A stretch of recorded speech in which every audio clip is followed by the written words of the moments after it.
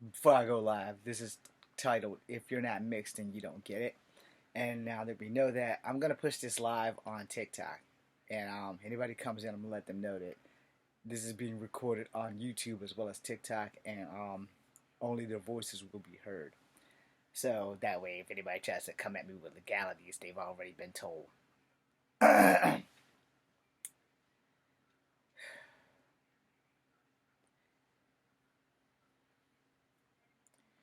Okay, TikTokers, my name is Echo Van Grey Wolf, or you can call me James. Doesn't really matter. What does matter that I wanted to title this thing "If You're Not Mixed, Then You Don't Get It." All right. So let me break this down. Anybody who comes into this live right now, if you can hear me, and if you are a guest, this is also being recorded from my YouTube channel. So your voices will be heard on YouTube, and that is not debatable. All right, but only your voices and your opinions will be heard because they do matter. Your faces will not be shown. I will at least give you the dignity of that. But this is about mixed people. So if you are mixed, you are welcome to jump in this box if I can figure out how to make the damn thing works. But we about to have a conversation. So the reason why I'm having this conversation to begin with is that a video about The Rock came across my FYP. As a mixed person and a person who was a year younger than him, also an actor who has not worked in the 20 some odd years that I've been in this business, I want to point a few things out. Because there is something that only mixed people get, that if you are not mixed, you will not get it. All right, which is what it's going to be titled on the YouTube channel if you want to hear yourself. If you can get in the box, and if I can get the box to actually work. All right, so first off, I am part native, I am part black, and I'm part white. On my father's side, his grandmother and his mother were Native American. Still checking the tribe because I couldn't find a Cherokee reservation in Charles City. So we very well may be Chickahominy. I'm pretty sure I butchered that shit. His dad was black. Period. His dad was black. On my mom's side, my grandfather, her father, was half black and half white. Her mother, half black and half indigenous, or all indigenous, but because she was adopted, the records are kind of hard to find. So, without further ado, I'm probably going to piss off everybody on TikTok. Might even get banned, and it's cool. It's cool. But I want to make sure you guys understand. This video that came across, which is why I have to do this, came across about The Rock not doing something for a Samoan culture. Now, I'm not in any way, shape, or form going after the creator. I just want her and everybody else to understand that if you guys are not mixed, you will never understand the crap that mixed people go through. A lot of people consider us mixed people an abomination or a plight on society. And a lot of people don't understand that mixed people also existed as bargaining chips to stop wars from happening. Because if you mix tribes or if you mix something else with someone else back in the day, we were like bargaining chips or negotiating chips. And a lot of people, I'm trying to get you in there, sister. Why does this shit not work? I hate this damn shit. if you do the invite thing, you're free to come in. Just know that your voice will be on my YouTube channel. That goes for anybody who's in. I see I have no one in, which is still great. But anyway, I'm not gonna stop talking because it's also going on my YouTube channel. As a person who is mixed, I have gone through so much racial verbal assaults. All right, the best way I can say it is verbal assaults because no one's physically assaulting me for being mixed, but verbally, I have been assaulted and insulted on more occasions than I can count. It started in grade school, it continued to middle school, it continued to high school, it continued to college. And like I said, if you're not mixed, you really don't get it. And I would have titled this that, but you only get so many characters for TikTok. So that's why the title is what it is, wherever the hell it is on this thing. But understand this. We were raised black. Alright? The fact that I'm mixed never crossed my mind until I got into grade school. Now, here's where stuff got sticky. All right. So in grade school, I only wanted to be black. I didn't want to be mixed. I only wanted to be black. I did not know what the hell mixed even meant until the cruelty of reality slapped me in the face as other children commenced to pick on me. Now I will be using different speeches versus what I could say here, mostly because I'm on a violation warning, and I get one more, I'm probably done here. So I do have a backup account. Go find me. I'll be in a spider suit. But the point being made is, when I got to kindergarten, I met a mixed girl who was half Eskimoan and half white. I do not know if this was a figment of my imagination, because when I went back through my school books, I couldn't find her. So Jillian, wherever you are, if you're real, come find me. Anyway, they moved back to Alaska. So prior to her, I never knew what mixed was until I got to school. And then I started being called half-breed. Now, at the time, I'm like 5, 6, 7 years old. I'm well of what it means, the word half-breed. I just didn't understand that I was one of them, okay? We didn't watch a lot of damn TV that involved that kind of stuff because there was no representation for us outside of these Westerns. And then you kind of find out that most of the people who played Native Americans in Westerns weren't Native at all. They were mostly dark Italian, or Italians that they bronzed over or something like that. And that even went for a lot of people who were rustlers, so there wasn't a lot of Native representation. There damn sure was no mixed representation. So as a mixed person, we had a race war in my grade school. The black kids didn't want me because they thought I was going to sell out their attack plan to the white kids. The white kids equally thought the same. And this went on from like the first grade to like the third or the fourth grade. And being called a half-breed H word or a half-breed N word, and my personal favorite, thank you, George Jefferson, I got called zebra until like I got in the fifth grade. And then they found out that I was Native. Thank you, Miss Conrad. And then it was Tonto and Kimosabi. Which, if you're Native, somebody tell me what the hell Kimosabi means. For the love of God, somebody tell me what the hell that means. Because I don't know what it means. I don't know if it's real or if it's a racist term. But as a person growing up, mixed, I only wanted to date black girls while I was in grade school. It's puppy love, but I still only wanted to mess with black girls. And sometimes the girls were darker than me, sometimes they were my complexion, sometimes they weren't.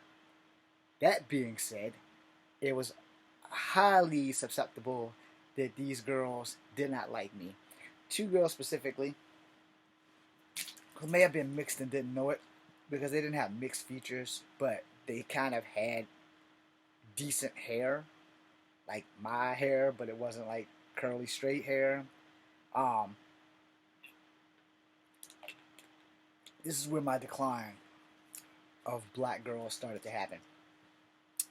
These young black ladies would always pick on me every day, and they would always tell me that I would never be good enough to date black women. I would never be good enough to marry black women, and more importantly, I would never be good enough to mate with black women. So eventually, I accepted that fact, and I moved on to other women. And then, as school would progress, it would be, oh, now you think you're too good for us, and somewhere along the line, half-breed would be thrown at me again. As a mixed person, these are the things that we face that people who aren't mixed just don't get. They don't understand, and they probably never will. Because when you go home and both your parents are the same color, it doesn't rub a bead on you. Or when you go home and your parents are different colors, you don't see them as different colors. You see them as your parents. Because like I said, I didn't learn I was Native until the fifth grade. I just thought I was black and white because My dad was completely dark skinned. My mom, oh God, my mom is so white. If you put her in a crowd of white people, you will never find her. All right? That's a true story. We'll save that for later. That's why her nickname is Premium Blend, or the Old White Woman.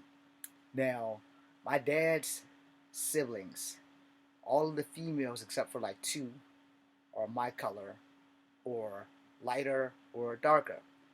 My mom's siblings, all of the male and female siblings, are my color, or lighter. We got like one dark uncle. That's it. He's like the darkest of them. But the rest of my uncles are all hella light like me. And if you can see this, my true color is high yellow. And this is the thing that people who are not mixed don't get and don't understand. I go home, I got three cultures that I have to negotiate through. Alright? But since we were raised black, I really only had one that I had to deal with in the forefront. Because I only got to see my dad's mom and her mom for 12 years of my life. She only told me native stories, but she didn't tell me anything outside of native folklore. Alright? So I'm not exposed to native traditions. I'm not exposed to native ceremonies. I'm not exposed to anything native outside of folklore of coyote and other things that are not relevant to this at all. Where on my grandma's side, on my mom's side, same concept. She didn't really talk about native shit because she was adopted. So she had no recollection or any knowledge of native anything. All we know is she's possibly Cherokee. That's it. Where on my dad's side, I'm doing research. It started off that we were possibly Cherokee, but as I looked for a reservation in Virginia for that in Charles City, the only thing I found was the Chickahominy. Fuck it. I butchered it. Anyway, it starts with a damn C. So I'm still reconnecting on my reconnecting journey, and learning these tribal things has been a pain in the ass to a degree, but a very well worth pain in the ass. The only problem is that I'm not getting the help necessary, so I'm gonna have to do a genealogy test. And something else came across my FYP this morning for native stuff about this tribe trying to get rid of blood quantum, which would be great because I need a blood quantum test according to the BIA. For those who are not native, that is the Bureau of Indian Affairs. Okay, so moving on. As a mixed person, I have had the hardest ridiculization from black people. Alright, I'm sorry if you're black and I've offended you, but I'm a truth teller. Trying to prove that I am as black as the next black man has never worked. It has never worked. It has never worked. It has never worked. Having good, decent black friends, we have banter. We have slightly racist banter, but because they're my friends, you know, they kind of get a hall pass because it's like, yeah, there's certain black things that James just doesn't qualify because of the brown bag test. The paper bag test, the brown bag test. If you are native or if you are black, you very well know what the hell the paper bag test or the brown bag test, and in some cases, the cardboard box test or the toilet paper roll test, you know, and they put it up against your skin. Ooh, you're this light. You're not that black. You don't have that much African in you. I was born in '73. Don't blame me. Blame Generation X. But we're still the best. Anyway, moving on. As I progressed through school, you know, if people did things to me, it generally was because I was short, it was because I was ugly, and it was because I was mixed. That was pretty much the gist of my teasing, you know, and also because I read a lot of goddamn comic books. So I'm short, I'm ugly, I'm mixed, and I read comic books. Oh yeah, I also do kung fu, so no one would physically do anything, but they would always threaten and then never show up when we set the date for the fight. Now, being mixed is an honor because I can walk in at least two of the three worlds in which I come from and understand where black people come from and understand where natives come from. I can accept a lot of things from white people and how their heritage works, but I will never truly ever be white. And I understand that, and I have white people in our family, and we understand that sometimes they accept us and sometimes they don't, and it's okay. We get it because sometimes society, you kind of have to adapt to go with shit. And way back in the day, that was kind of one of the survival mechanisms, because if you had people of color in your family and you were considered an NL, that could cost you your life or your livelihood. So you would deny the black people in your family. You know, it's a thing. Go ahead and fact check it. I'm sure Virginia's not the only one guilty of this shit. Now, as I got into a working age, you would think that I had outgrown racism, and even if I had, society has not. And I will explain that now. So I applied for a couple of jobs, and this is like going into high school jobs. So as I applied for jobs, I got the job at Little Caesars, no problem. I applied for other jobs because I'm small, because I'm only 5'3". It was, no, we can't let you do stock, dude, because you got to be able to lift and gain so much weight. And I'm like, dude, if you can't give me the stock job, I'm going to walk out of here because I'm not being on cash register or any of the other stuff. I don't like counting money if it's not mine. So that's just a personal thing. So after getting the job at Little Caesars, I got the job at Kegler's. And at Kegler's, I learned how racist the world can be. And I learned the hard way. And I want to shout out to Lou Diamond Phillips because it's his fault. No, it's really not his fault. It's a movie he made called Renegades that started this whole chief kick. And there was a white dude that was a customer at my job. He played 4 or 5 sad songs. Achy Breaky Heart, Thunder Rose, what the hell is the other one? At the Oasis, and something else, and then the final song, the Chattahoochee. I used to know all those songs by heart because for 3 fucking years, I had to be called Chief, and this dude played those songs. It's like he never left the jukebox. Yes, we had a jukebox. It took real actual quarters. So, he never left the jukebox, and those are the songs of his choice that he chose to play for 3 years straight, back to back to back to back. We opened up at 4 p.m. I didn't get off until 11 p.m. And from 4 to 11, those songs never stopped playing. Even though we had like radio connection with like Z95 or whatever the hell we were listening to, the jukebox outranked all that shit because the speakers were so big and so loud that it covered the entire bowling alley. This dude met me every Friday, Saturday, and Sunday. It's like he knew my work schedule. And when I pulled up, got out the car, shuffled my shirt, put my name tag on, my government name of James, this man would never call me James. He would only call me Chief. And the first couple of times, I let the shit slide. And yes, I saw Renegades before this shit happened. Like months before this shit happened. And this man would not stop calling me Chief. I mean, he called me Chief like daily, hourly, minutely, if ever he saw me. It wasn't secondly because he wasn't stalking me. But if I come to work, what's up, Chief? How you doing, Chief? I'm outside cleaning up the cigarettes that he put on the ground. Hey, Chief, don't miss that Chief over there. You got that little butt. You got to get that one. Don't forget that one. And flick another one. And guess who has to go clean that? I have to go clean that. And the entire time, what's up, Chief? How's it going, Chief? What are you doing, Chief? I couldn't wait to get back in there and wash dishes because I was fixing to stick a cigarette up his rectum while it was still lit. One that he flicked. So I go and complain to my boss. Shout out to my boss, Frank Stoner, who pretty much told me, deal with it because he's a customer. He's a well-paying customer. Our jukebox stayed fucking full of quarters because of this guy. So I guess that was why I was told to just deal with it. 2 years in, this dude's still calling me Chief. I'm still complaining. I was like, dude, you gotta tell this dude, like, when I come to work, he doesn't need to be outside waiting for me. And he doesn't need to call me Chief. Hey, how you doing?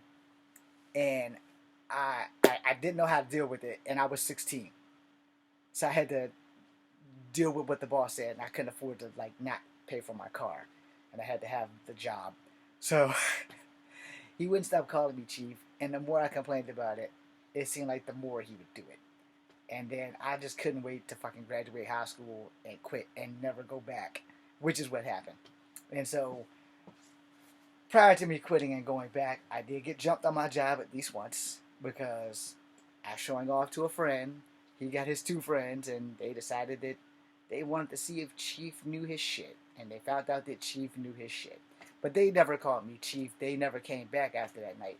But the fact that the boss would tell me that the customer was always right, and I had to deal with that shit. This is like fucking 91, 90, 91, somewhere in there, because I graduated in 93. So somewhere between 91, 92, and 93, I had to deal with this dude every fucking weekend calling me chief. I don't know how he knew my work schedule, but he was never not there for 3 fucking years. That's a lot of weekends of being called chief. And when you were mixed, you kind of get it coming and going. All right? And that's the thing that a lot of people don't get.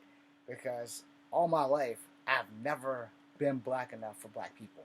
I've had to try to adapt, try to fuse myself with black people. Because way back in school, I didn't really cuss until the 2 black girls told me that I would never be black enough. So now all I do is cuss. And I've been working on my mouth, so I'm trying not to cuss today. It's not going to happen. Somebody's going to piss me off or make me angrier than I already am, and I'm going to cuss. But they just let, yeah, that's probably about right. But they just let the shit happen. There were other people of color that worked there, but they were all black people, you know? So they never called me half-breed. But at that same time, none of them ever stood up against the guy calling me chief. Not the white people, not the black people. I think we had like one Asian person working there, like for like maybe 4 or 5 months, and they didn't last that long. And then I think we may have had another one, but they were like in the pin repair system or whatever. So when the bowling pins didn't like come down, I think they repaired that shit. Stereotype bullshit about only Asians can fix shit. So sorry if you're Asian. You guys know the stereotype. Good with math, good at fixing shit. That's kind of how that shit was in the 90s. So that's kind of where that shit came from. So I apologize if that was offensive. Yeah, yeah. Sorry, I think I read your comment twice. But the point being made is that as a mixed person, if I went to my dad's house during the summertime, the black people in Smithfield, I had to prove to them that I was black. Not my family members, but just the black people in general. I had to prove to them that I was black. You know how many times I got the half-breed stuff from like 7 to like 14, and it's like, yeah, half-breed this, half-breed that. We don't want the half-breed around. You can't be on our team because you're a half-breed. You probably can't even play basketball and some other stuff. I have a phone call. I'm going to deny that phone call at this moment. I will call them back. That is the U.S. Veterans Department. I'm going to have to restart this live and this YouTube because that might be important. Hello?